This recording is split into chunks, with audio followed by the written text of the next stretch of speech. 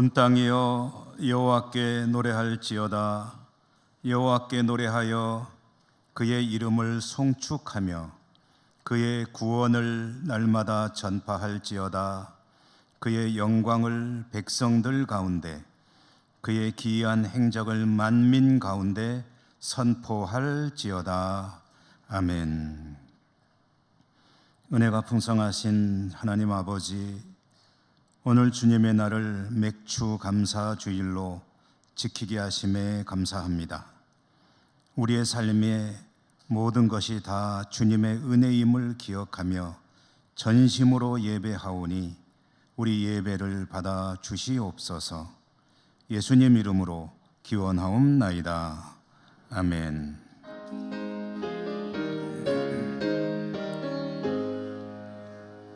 만복의 근원 하나님, 온 백성 찬송 드리고 저 천사여 찬송하세. 차속 성부 성자 성령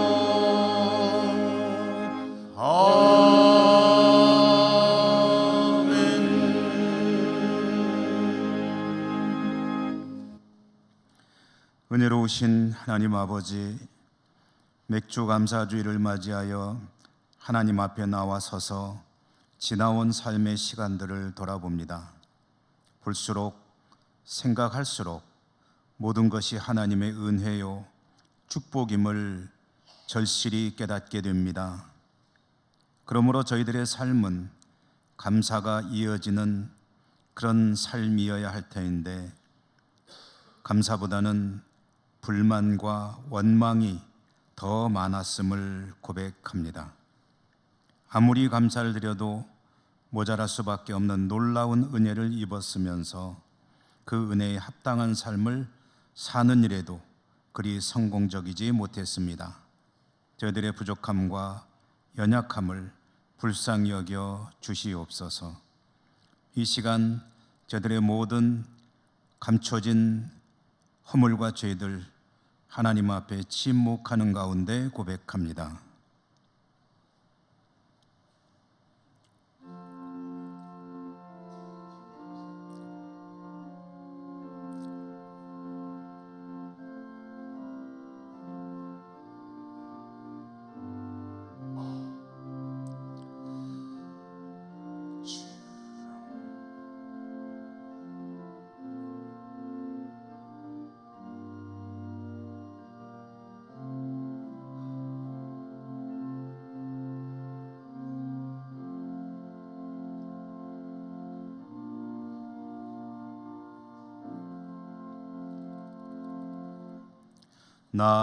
곧 나는 나를 위하여 내 허물을 도말하는 자니 내 죄를 기억하지 아니하리라. 아멘. 여호와께 감사하라. 그는 선하시며 여호와께 감사하고 그의 이름을 불러 아뢰며 그들이 광야 사막길에서 방황하며 거주할 성읍을 찾지 못하고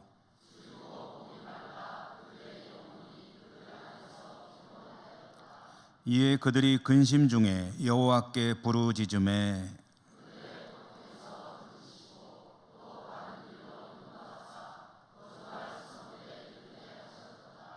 여호와의 인자하심과 인생에게 행하신 기적으로 말미암아 그를 찬송할지로다.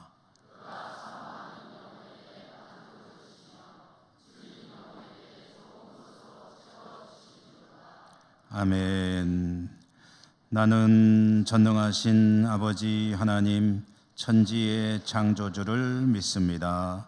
나는 그의 유일하신 아들 우리 주 예수 그리스도를 믿습니다.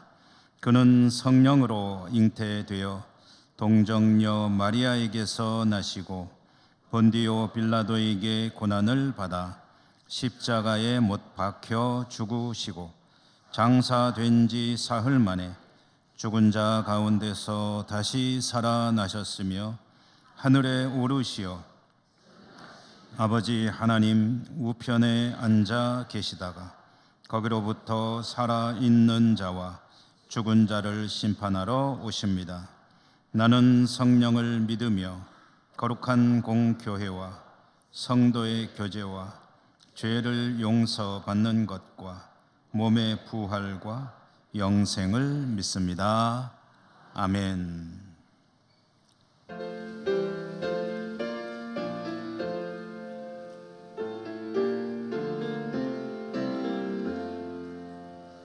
다 감사드리세 온 마음을 주께 바쳐 그 섭리 놀라워 온 세상 기뻐하네. 예부터 주신 복 한없는 사랑 선물로 주시네.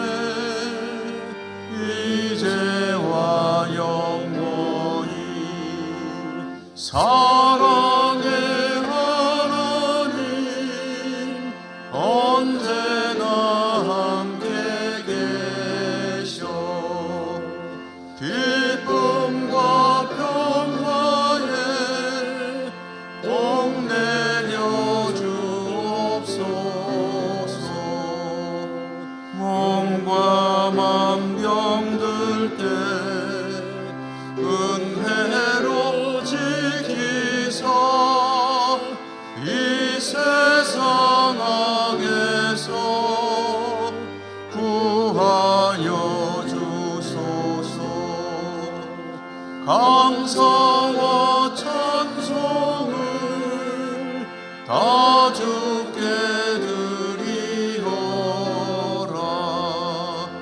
저 높은 곳에서 다스리시는 주님 영원한 하나님 다 경배하여라. 전에도 이제도 장래도 영원히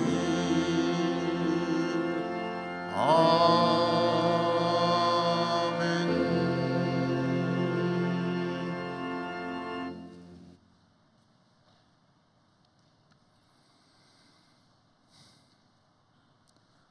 항상 기뻐하라. 쉬지 말고 기도하라.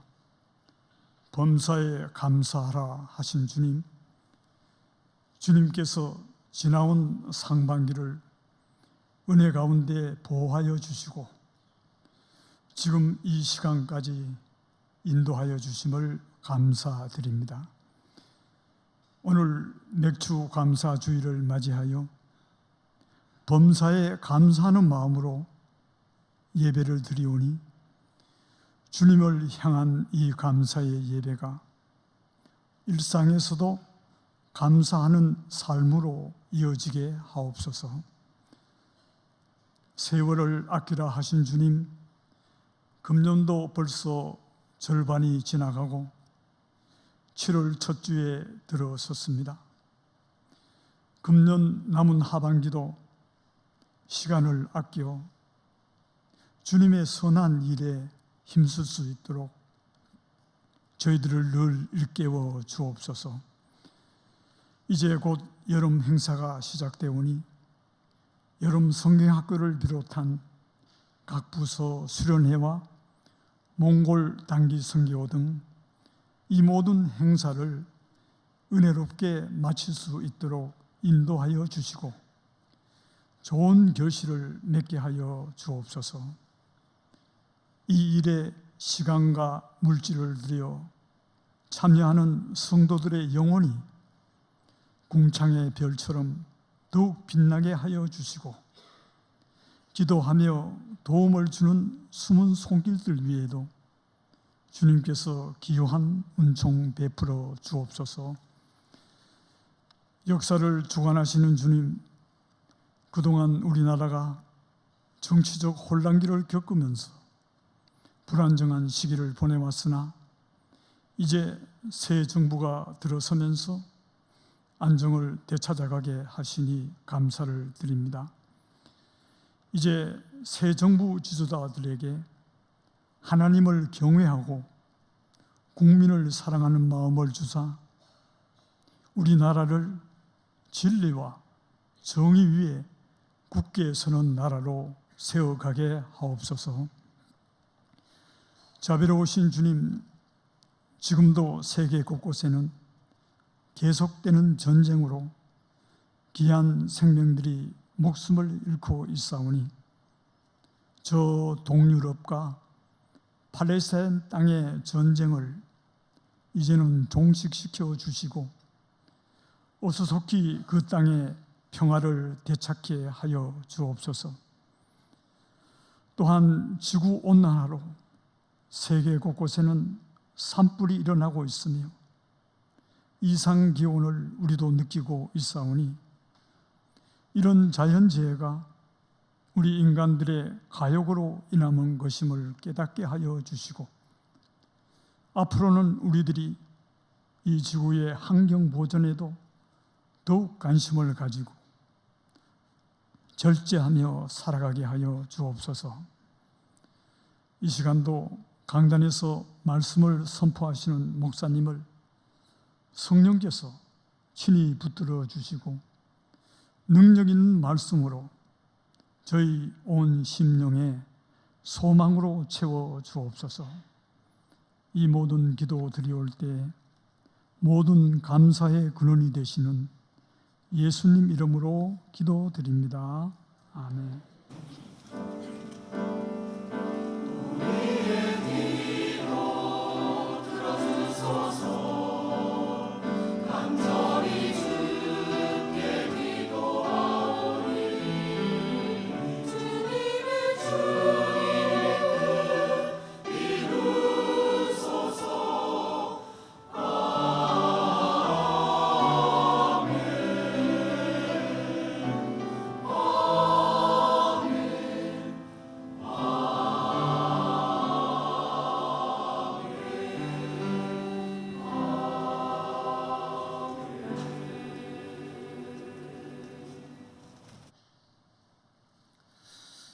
오늘 하나님께서 주시는 말씀은 구약성경 신명기 16장 9절에서 12절까지입니다.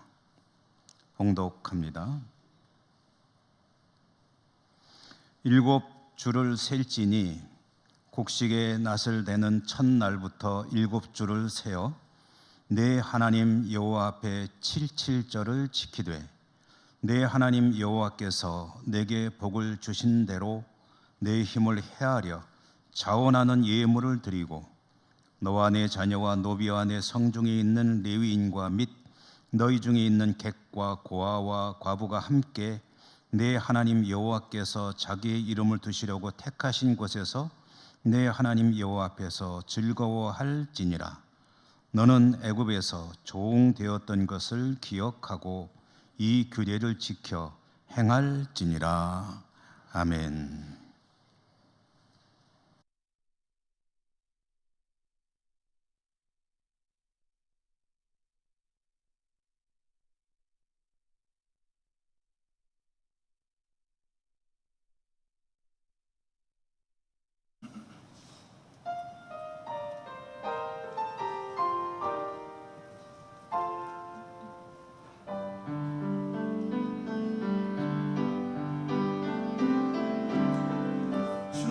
친절한 발 다 닿지 않기세 우리 맘 항상 평안하리니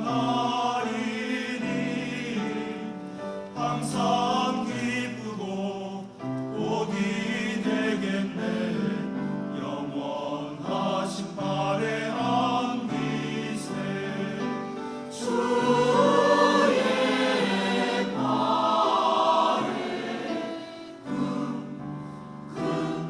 신바람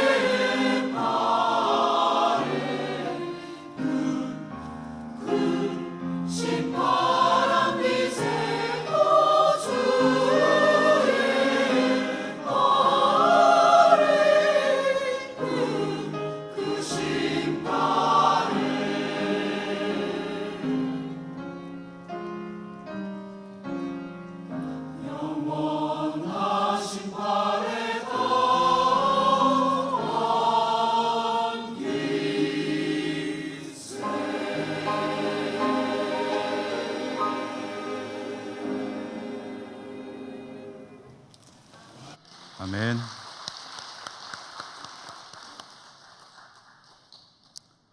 맥주감사주일 하나님 앞에 나오신 여러분 진심으로 축복합니다. 은혜가 풍성하시기를 기원합니다. 오늘 하나님께서 주시는 말씀 압축하면은 이런 말씀입니다. 77절을 지켜라. 77절을 지키라. 이것은 하나님의 명령입니다. 그러므로 이 말씀을 직접 들었던 모세 시대의 이스라엘 하나님 백성들로부터 지금에 이르기까지 교회 역사 2000년 동안에 이 말씀을 들어온 하나님의 백성들, 그리고 오늘 이 말씀을 듣는 우리들 모두는 77절을 지켜야 합니다. 그리고 성경대로 잘 지켜야 하죠. 하나님 말씀에 잘 순응하여 77절 이 절기를 잘 지키는 백성이 되려면 어떻게 해야 될까 생각을 해보니까 우선적으로 한 3가지 정도 오늘 말씀의 뜻을 새겨봐야 되겠구나 하는 생각을 하게 되었습니다. 첫째로는 하나님께서 명하셨는데 이 77절이 도대체 뭐냐, 어떤 절기냐 하는 것에 대해서 알아야 되겠죠. 두 번째로는 지키라 하셨는데 그럼 어떻게 지켜야 합니까? 어떻게 지키는 것이 잘 지키는 것인지에 대해서도 알아야 되겠죠. 세 번째로는 형식적인 것이 아니라 그 내용적으로 잘 지키기 위해서 77절의 정신이 뭐냐, 하나님께서 이와 같이 명하시는 이유가 뭐냐 하는 것에 대해서도 그 의미를 알아야 될 겁니다. 적어도 이 3가지 정도를 잘 알게 된다면 77절을 지키라는 하나님 명령에 잘 따르는 하나님 백성이 될 수가 있으리라 생각합니다. 첫째로 77절이라는 게 뭐냐 하는 것을 먼저 알아보면요, 77절은 우선 이름이 다른 이름들도 가지고 있습니다. 맥추절, 오늘 우리가 맥추감사주일이라고 하는데 맥추절이라는 이름으로도 불리고, 또 오순절, 우리가 성령 강림 사건으로 잘 알고 있는 오순절도 이 77절의 또 다른 이름이기도 합니다. 이 각각의 이름에 의미가 있는데 77절은 오늘 성경 말씀 우리가 본 그대로 6월절이 지난 다음부터 7주간을 계수를 합니다. 7주. 근데 한 주에 7일이니까 7 곱하기 7주 77. 그래서 77절입니다. 이 7주가, 그러니까 한 주씩에서 7주가 지난 그 다음 날이 77절 절기를 지키는 날이 되고요. 또 이것을 날수로 따져보면 77, 49 더하기 1 해가지고 50이 됩니다. 그래서 오순절이 됩니다. 여러분, 순이라는 거는 10이라는 숫자잖아요. 그래서 77절과 오순절은 주간으로 따지느냐 날짜로 따지느냐에 따라서 숫자가 달라지는 것뿐이고, 똑같이 50일이 지난 그 날이 바로 이 77절이다, 오순절이다, 이렇게 이해하시면 되겠는데요. 또 하나 이름은 맥추절입니다. 맥추절에서 맥자는 여러분 잘 아시죠? 맥, 무슨 맥입니까? 네? 보리맥. 어찌 그렇게 잘 아세요? 보리맥. 이 보리, 그리고 또 주식이라고 할 수 있는 밀과 보리를 추수하고 추수를 완료했을 때가 이때쯤이거든요. 보통 시기적으로는 우리 달력으로 한 5월에서 6월쯤 되는데, 이때쯤이면은 밀과 보리의 추수를 마치고 하나님께 감사로 나가서 제사를 드려야 한다. 그런 의미에서 이제 77절을 명하시는데 그 이름이 맥추절이라고도 부르는 겁니다. 그러므로 77절은 뭐냐? 밀과 보리의 추수로 시작해서 그것을 완료한 후에 이것이 하나님의 은혜로다라고 하나님께 믿음으로 감사로 나가서 제사를 드리는 그런 절기다라고 이해하시면 되겠고요. 오늘날 우리 한국교회에서는 이 맥추절을 어떤 의미로 지키느냐 하면 보리 농사, 밀 농사가 우리나라에 성행하는 그런 주 농사는 아니잖아요. 그러므로 농사와 관련 짓기보다는 한 해의 절반, 그러니까 6월이 지나고 7월 첫 주를 맞이할 때 금년 한 해 중에 절반인 상반기를 지내왔는데 이것이 하나님의 은혜였습니다. 하나님께서 은혜를 주셔서 이와 같이 6개월간을 잘 살 수 있었습니다 라는 믿음의 감사의 고백으로 하나님께 나아가서 예배를 드리는 7월 첫 주가 항상 맥추 감사 주일입니다. 그런 의미로 이 77절의 정신을 살려서 하나님께 예배하고 있다, 이렇게 이해하시면 되겠습니다. 오늘이 바로 그날입니다. 이해되셨죠? 그럼 두 번째로, 그러면 7일절을 지키라 했는데 어떻게 지켜야 됩니까? 그날 뭐 하면 되는 겁니까? 조금은 그 의미를 말씀드렸지만은 오늘 성경에 나와 있는 말씀을 따라서 가보면 10절 말씀에 내 하나님 여호와 앞에 77절을 지키되 내 하나님 여호와께서 내게 복을 주신 대로 내 힘을 헤아려 자원하는 예물을 드리고 라고 했습니다. 그러니까 몇 가지 내용이 들어있죠. 첫째로는 하나님께서 내게 복을 주신 대로 내 힘을 헤아려. 그러니까 이제 밀과 보리 농사를 지어가지고 수확을 거두었다.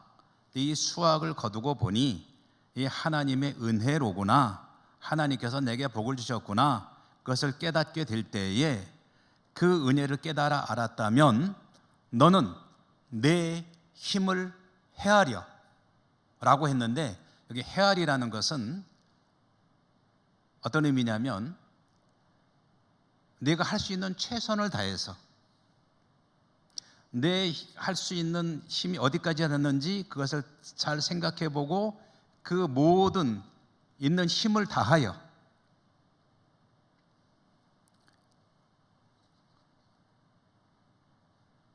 자원하는 예물을 드리라. 그러니까 예물을 드리라고 했습니다. 그러니까 하나님께서 주신 것에 대해서 깨달았을 때 이것이 하나님의 은혜로구나 라고 믿음의 고백을 가지고 하나님께 최선을 다해서 예물을 드리는데, 거기서 중요한 것 중에 하나가 자원하는 예물을 드리라. 그러니까 자원한다는 게 여러분 뭡니까?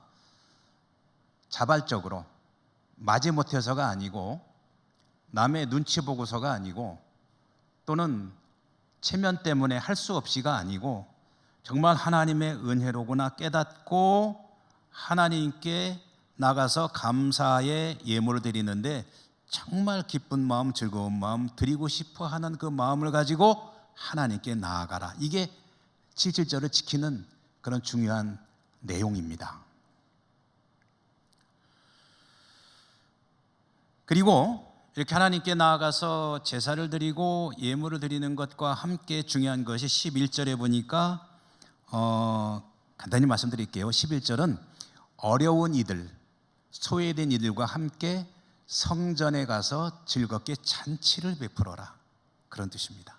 함께 기쁨을 나누라는 거죠. 곡식을 거뒀으니까 얼마나 즐겁습니까? 너 혼자 좋아하지 말고 그걸 가지고 좀 나누라는 거예요. 나누는데 누구랑? 그것이 꼭 필요한 어려운 이들과 함께 나누고, 그저 나누는 것이 그치지 말고 성전에 하나님 앞에 함께 나와서 거기서 기뻐하며 즐기며 잔치를 가지라, 그런 뜻입니다.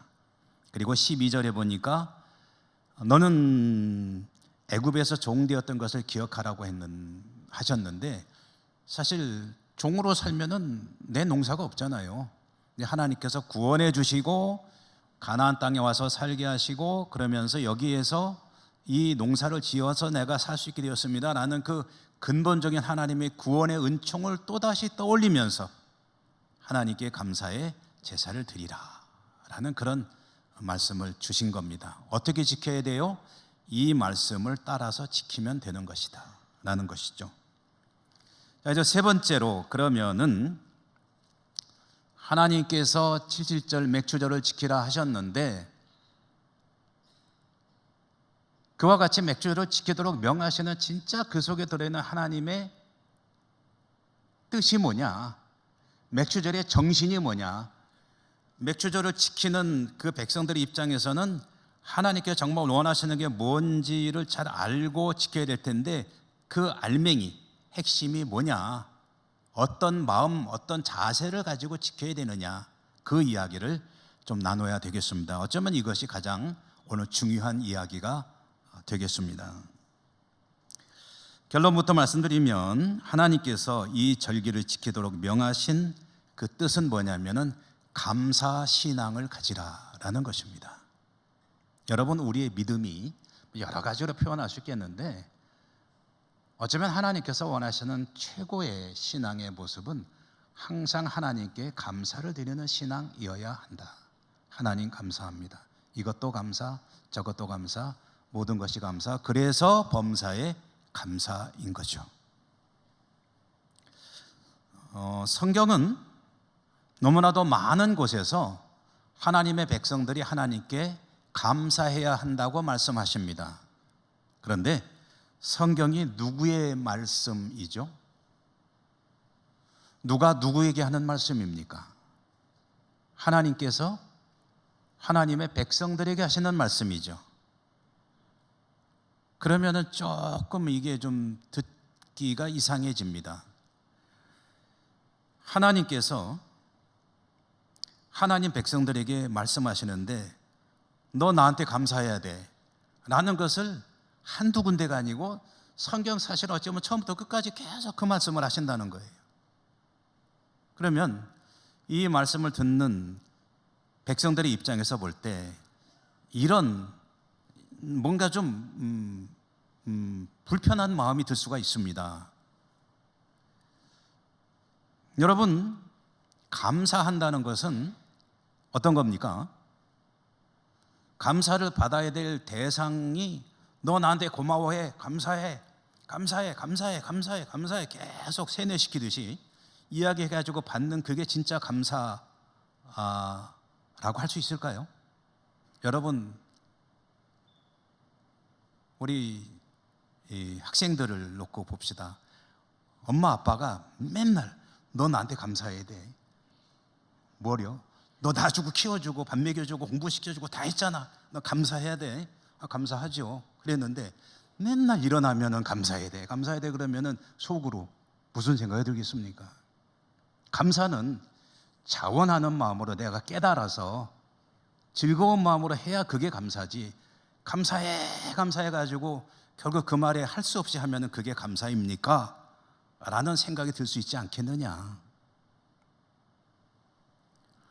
일종의 반감이 들 수가 있죠.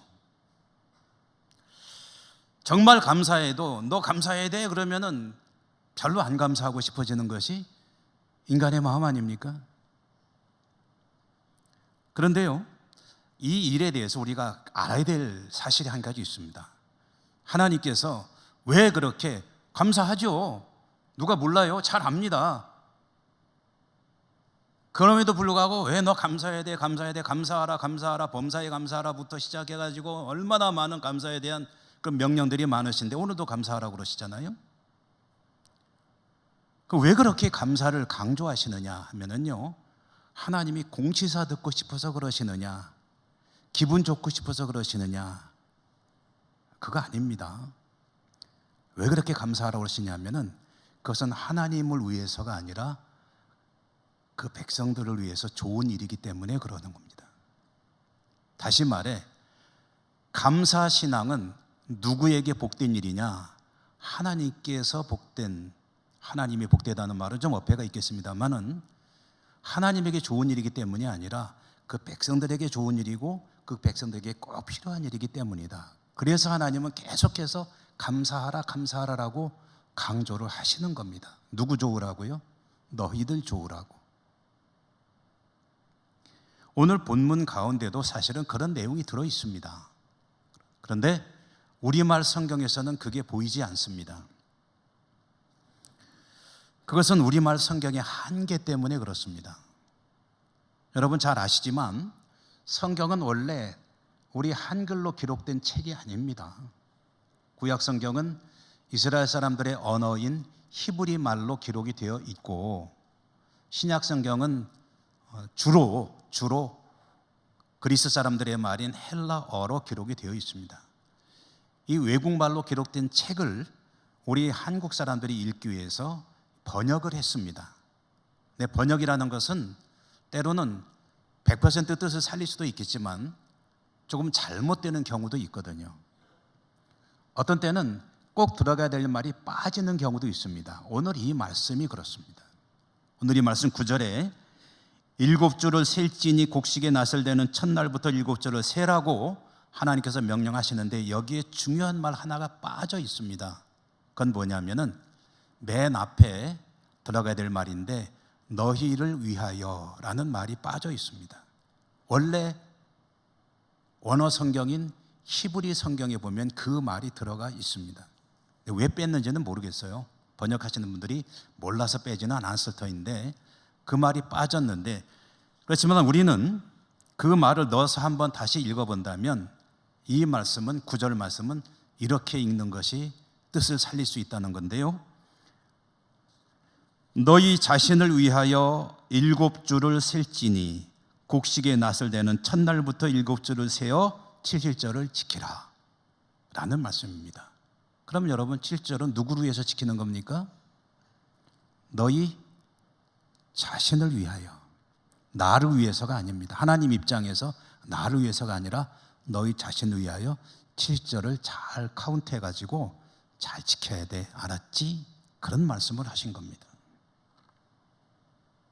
그러면 7절을 지키는 것이 왜 하나님 기분 좋은 일이 아니라 그 백성을 위한 일이 되느냐?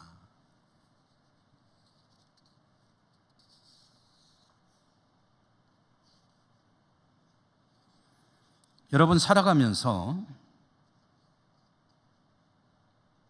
무언가를 누리고 있다면, 어떤 은혜를 입고 있다면, 그래서 은혜를 가지고 살아가는데 내가 어떤 은혜를 입고 살아가고 있구나라는 것을 잘 알고 있다면 그것은 정말 지혜로운 삶일 것입니다.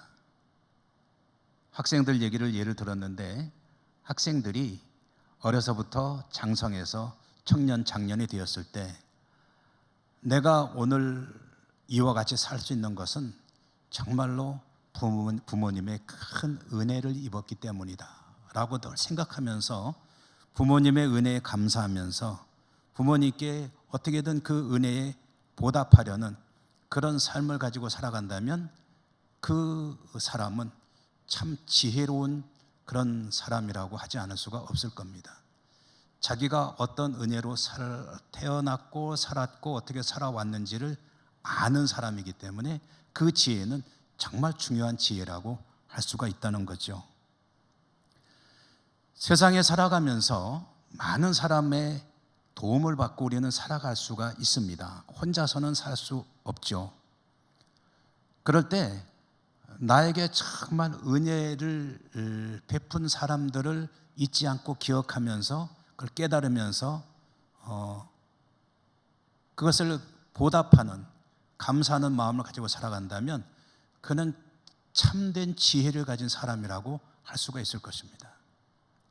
부부가 함께 살아가면서 남편이 아내에게, 아내가 남편에게 당신이 참 나에게 고마운 사람입니다 라는 것을 깨닫고 감사하는 마음으로 살아간다면 부부로서 지혜로운 부부로 살아갈 수가 있을 것입니다.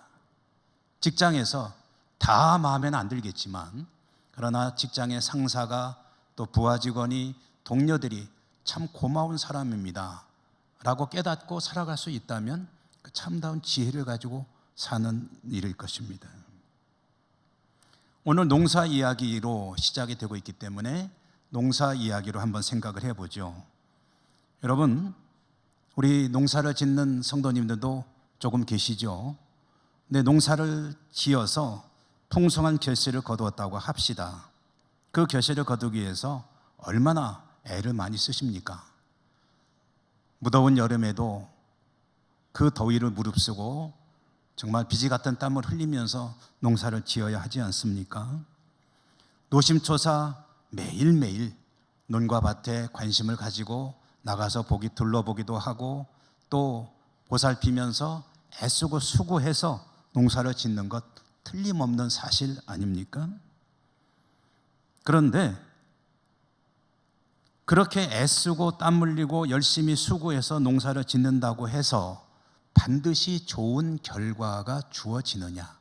그건 또 다른 이야기죠.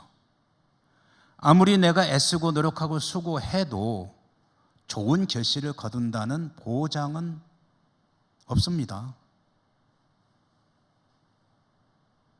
그리고 정말 풍성한 결실을 거두면서 한번 생각을 해 본다면 이 결실을 거두기 위해서 내가 흘린 땀과 그동안 들인 정성이 과연 어느 정도나 비중을 차지할까? 이것을 거둘 수 있기 위해서 노력하고 애쓰고 수고한 것은 사실이지만 그러나 어쩌면 가장 중요한 것들은 내가 할 수 있는 일이 아니라는 것을 어렵지 않게 깨달을 수 있습니다. 정말 중요한 것들은 내 힘 밖에 있기 때문입니다. 저는 농사는 짓지 않지만 잘 압니다. 농사에 있어서 뭐가 제일 중요합니까? 여러분, 뭐가 제일 중요한가요? 기후가 제일 중요하지 않은가요? 안 그렇습니까? 기후가, 날씨가 받쳐줘야지. 이상기후 오면 안 되잖아요. 한여름에 갑자기 눈이 내리면 어떻게 됩니까? 1년 농사 망치는 거죠. 날씨가 고르고 태양이 해가 비쳐야 될 때는 해가 비치고 비가 와야 될 때는 비가 오고 모든 것이 순조롭게 진행이 돼야 농사가 가능한 것 아니겠습니까?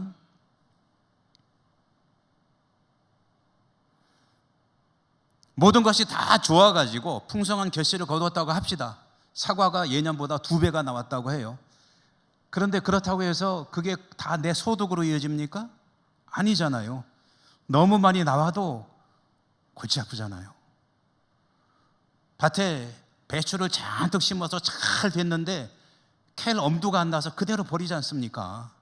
잘 되는 게 능사가 아니라 과연 이것이 나에게 보람찬 소득이 되기 위해서는 또 상황이 뭔가 좀 이루어져야 되는 거예요. 이 기운이 이런 상황 같은 것들은 내 마음대로 되는 게 아닙니다.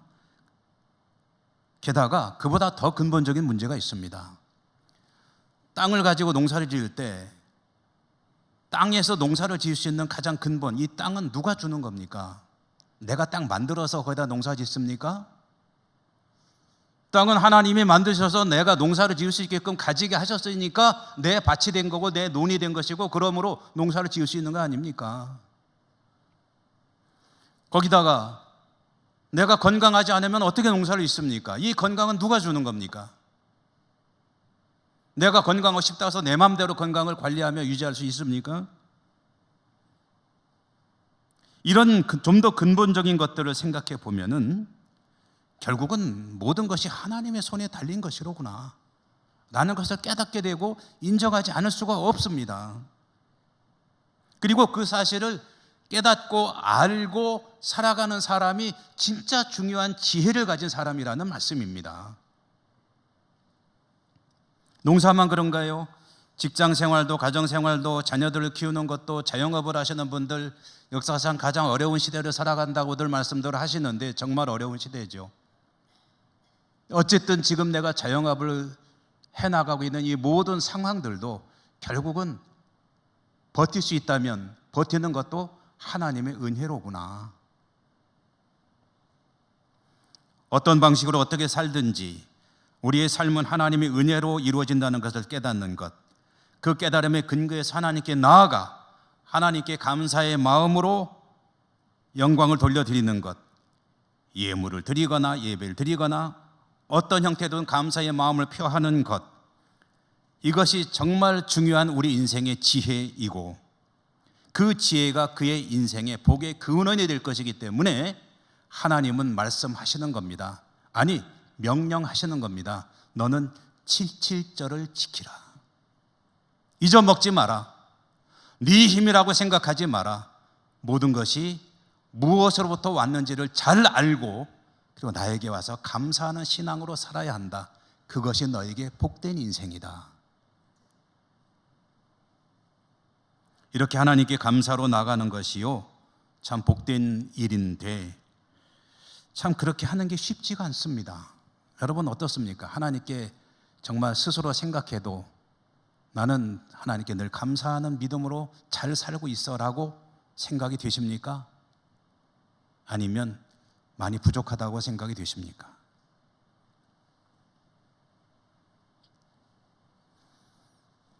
감사신앙을 가지는 것은 참 어렵습니다.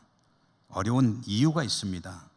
왜냐하면 우리는 감사와 별로 친하지 않기 때문입니다. 우리의 눈에는 감사할 일보다는 안 감사할 일이 참 잘도 보입니다. 감사할 일보다는 불만스러운 것이 눈에 쏙쏙 들어옵니다.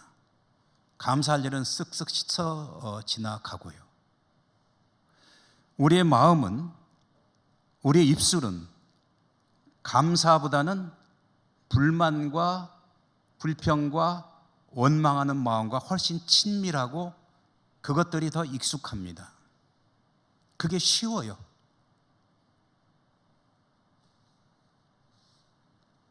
그러므로 여러분, 감사신앙을 가지기 위해서는 우리가 노력할 일이 하나 있습니다. 힘써야 될 일이 있습니다. 그것은 감사의 조건을 찾는 일입니다. 감사는 찾아야 되는 것이라고 여러분에게 자주 말씀드리죠. 감사할 일은 잘 보이지 않기 때문에 찾아야 됩니다. 이것을 잘 말씀해 주는 신약성경 구절 한 곳을 가져오겠습니다.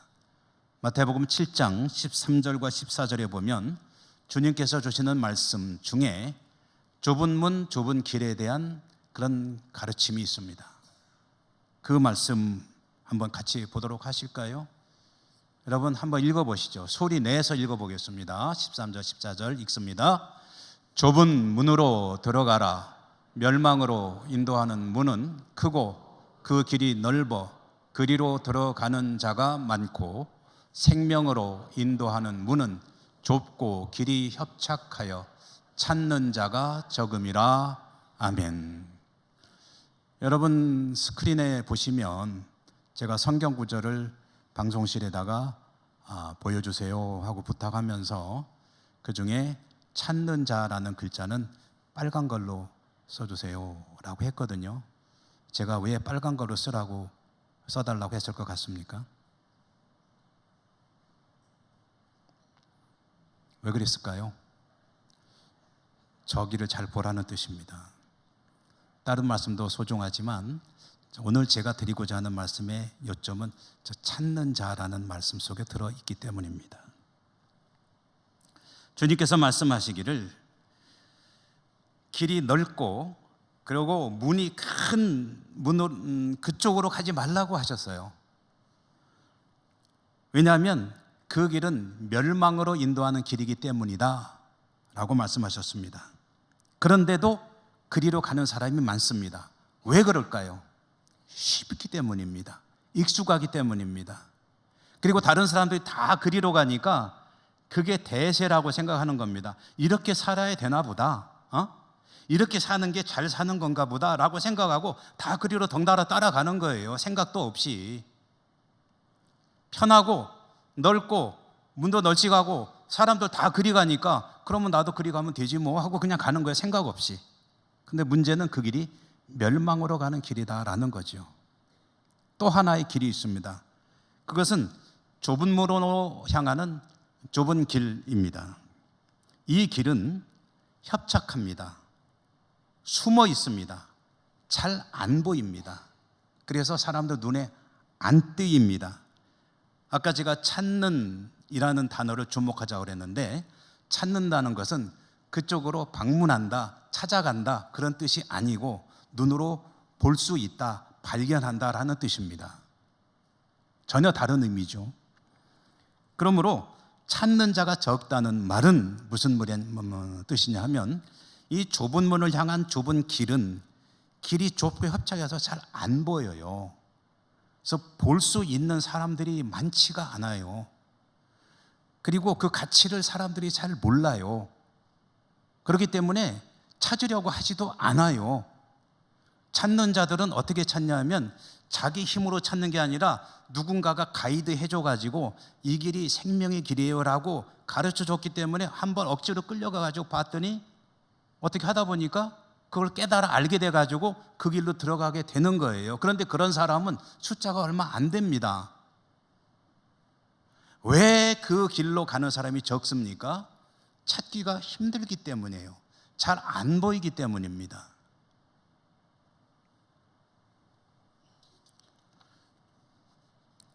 대부분의 사람들은 하나님이 모든 것을 주시는 분이라는 사실을 모릅니다. 그 중에 일부가 하나님께서 모든 것을 주시는 분이라는 것을 깨닫게 됩니다. 심지어는 하나님을 믿는 이들이라고 하는 이들 가운데도 정말 하나님 감사합니다라는 감사 신앙으로 사는 이들이 많으면 참 좋겠는데 다는 아니라는 거죠. 그보다는 눈만 뜨면 잘 들어오는, 그렇게 눈에 잘 들어오는 불만스러운 것들, 원망스러운 것들을 바라보면서 가슴속에 불편한 마음을 가득 안고 하나님 왜 이러십니까? 하면서 살아가는 경우가 어쩌면 더 많지 않느냐.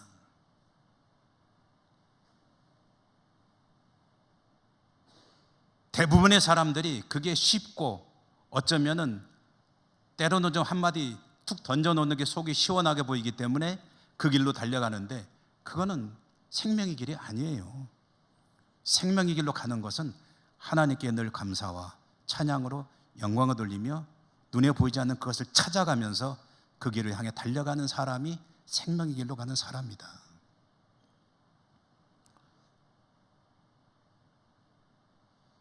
그러므로 77절의 정신은 무엇입니까? 내가 살기 위해서 나에게 감사하는 신앙으로 살아야 한다. 잊지 마라. 너를 위한 것이다. 라는 말씀을 들려주고 계신다는 거죠. 제가 최근에 한 선교사님의 책을 좀 보고 있습니다. 그 선교사님은 브라질의 아마존 지역에서 선교하시는 분이세요. 성함을 밝혀도 되겠죠. 김철기 선교사님이라고 하는 분이 책 제목이 참 가슴 아파요. 가슴을 찢고 가슴을 치는 그런 회개라는 제목으로 책을 내셨는데 제가 어떻게 우연히 그 책을 좀 집었다가 보면서 지금 한 절반쯤 읽었습니다. 그런데 책이 너무 감동적인 내용들이 많아가지고 제가 좀 아껴가면서 읽고 있습니다. 너무 빨리 보는 게 좀 아까워가지고 맛있는 거 아껴 먹듯이 좀 그렇게 보는데 그 중에 내용 한 가지를 여러분에게 소개하려고 하는데요. 이 선교사님이 아마존 원주민들을 대상으로 인디오 부족이라고 하는 사람들에게 선교를 하시는데 15년간 선교하시고 브라질 국적을 취득하셨다고 그래요. 브라질 국적을 취득하신 이유는 딱 한 가지입니다. 브라질 사람들이, 원주민들이 자신을 좀 더 친밀하게 받아들이도록 선교를 좀 더 효과적으로 하기 위해서 브라질 국적을 취득하신 거예요. 취득하는 그때 즈음에 선교사님이 지나온 15년간의 선교 사역을 돌아보면서 그동안 겪었던 어려움들을 몇 문장으로 정리해 놓은 그 대목이 제 가슴속에 파고 들어왔어요. 고린도 후서에서 사도 바울이 자신의 고난을 토로하는 그런 대목이 있는데 그 사도 바울의 고난이 연상이 되는 거예요. 제가 그 내용을 간단히 여러분에게 읽어드리면 아마존이라는 지역의 기후, 풍토병, 그 밀림 속의 위험한 일들 그 자체가 얼마나 위험한 것이었는지는 뭐 말할 필요가 없고요. 현지에서 함께 동역해야 될 다른 선교사들의 중상모략으로 힘들었던 일도 너무 많았고, 브라질 민간기구의 교묘한 방해 활동으로 참으로 어려움을 겪어야 했고, 어떤 이들은 마시는 물에다가 독을 타버리는 이도 있었대요. 그래서 독 들어있는 줄 모르고 물을 마신 적도 있었다고 합니다. 저주하면서 쫓아내고 싶은 사람들이 인분을 비롯한 오물을 투척하면서 떠나라고 저주하는 그런 일도 겪어야 했고, 어떤 사람은 즉시 떠나라고 익명으로 편지를 줄기차게 보내는 사람도 있었고,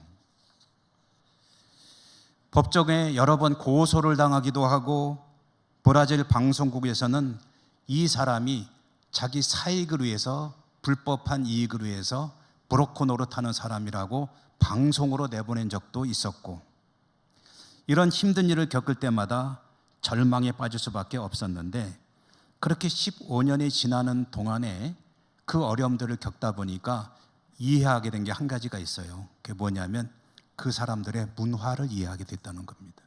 말하자면 브라질 사람들을 알 수 있게 됐다는 거예요. 그 일들을 겪으면서. 그리고 그걸 이해하게 되니 비로소 브라질 사람들이 자신을 받아주더라, 형제로. 그리고 국적도 취득할 수 있게 되었다 하는 그런 이야기였습니다.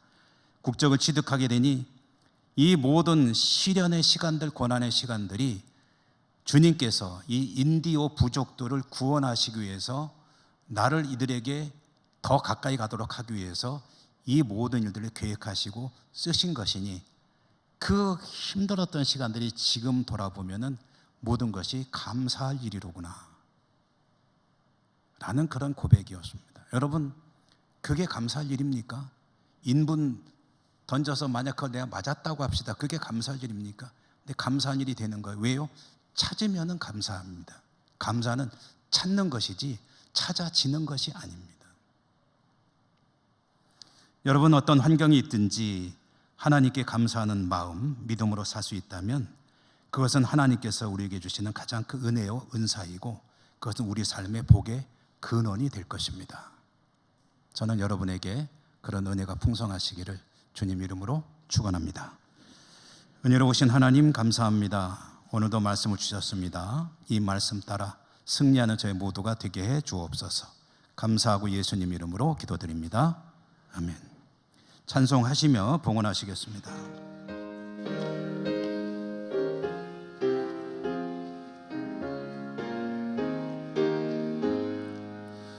저 밭에 농부 나가시 뿌려놓고 주 크신 능력 내려 잘 길러주셨네. 또 사시사철 따라 햇빛과 단비를 저 밭에 내려주니 그 사랑 한없네.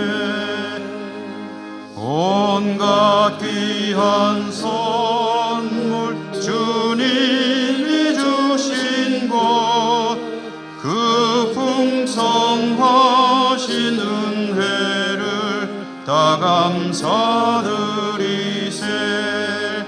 저 산과 들을 보라, 참 아름답구나. 길가에 고운 꽃도 주님의 솜씨라. 저 공중 나는 새도 다 먹여주시니, 그 사랑하는 자녀 돌보지 않으랴. 온갖 귀한 선물 주님이 주신 것, 그 풍성하신 은혜를 다 감사드리세. 씨 뿌려 거둔 것이 주님의 은혜라. 우리의 몸과 마음 새 힘이 넘치네. 주 은혜 받은 우리 참 감사하면서 이 예물 드리오니 다 받아주소서. 온갖 귀한 선물 주님이 주신 것, 그 풍성하신 은혜를 다 감사드리세. 아멘.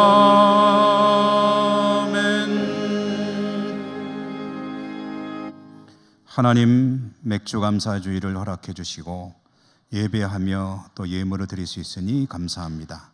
모든 것이 하나님의 선물 은사임을 고백하며 마땅히 드릴 부분 어느덧 정성껏 구별해 드리오니 하나님 기쁘게 받아주시고 드리는 저희들의 삶이 감사 신앙으로 일관되는 복된 삶 되게 하여 주옵소서. 예수님 이름으로 감사하고 기도드립니다. 아멘.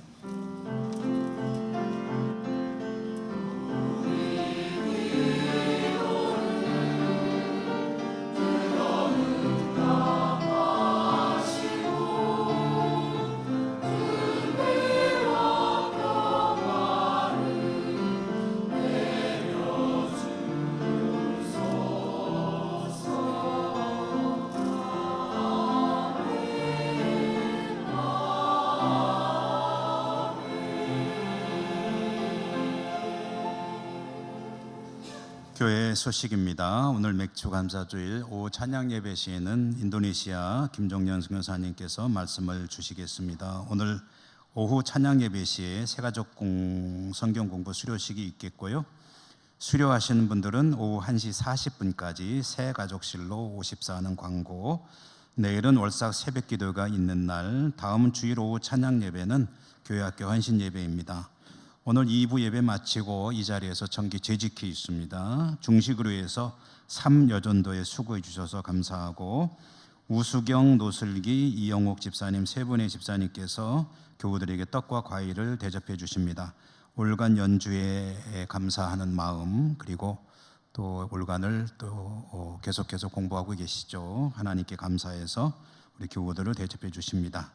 2, 4분기 성경 읽기 문제 시상 오늘 오후 찬양 예배 시에 있겠고요. 우리 교회학교 학생들을 위해서 아이스크림 통을 하나 갖다 놨습니다.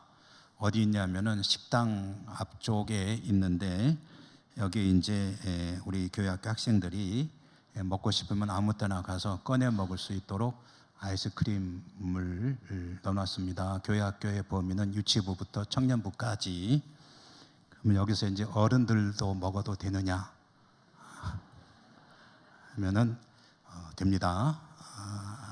드시고 싶은 분은 드셔도 되고, 그리고 이제 혹시 어른들이 드시다가 아이고 보니까 우리 애들 먹을 게 얼마 안 남았네 싶으면 한 2개 넣어놔셔도 됩니다. 1개 먹고 2개 넣으면 이제 오병이어가 될 수도 있겠죠. 어떻게 넣는지, 넣는 방법은 사무실에다 문의하시면 넣는 방법을 안내해 드릴 겁니다. 그 다음에 교회학교 여름행사 일정이 나와 있는데요. 여러분 많은 기도와 관심 부탁드리고, 내가 조금 교회학교 잘 되도록 돕고 싶다 하시는 분들은 역시 사무실로 문의해 주시면 되겠습니다. 이순식 명예집사님 서울 우리들 병원에 입원하셨다는 소식 전해드리고요. 우리 곁에 계신 분들하고 인사하시며 일어나겠습니다. 사랑합니다. 축복합니다.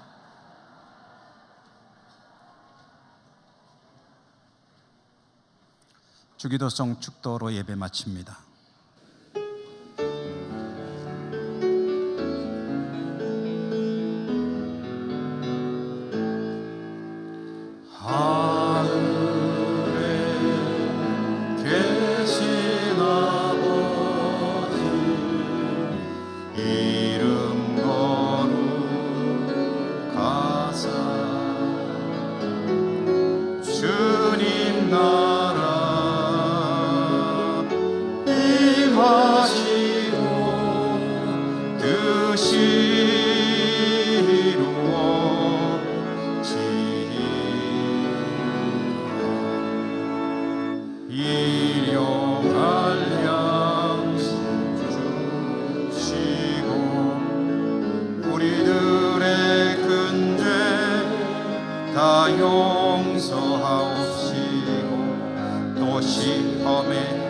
함께 마시고 악에서 구원하소서. 내게 주의 나라 주의 권세 주의 영광 영원히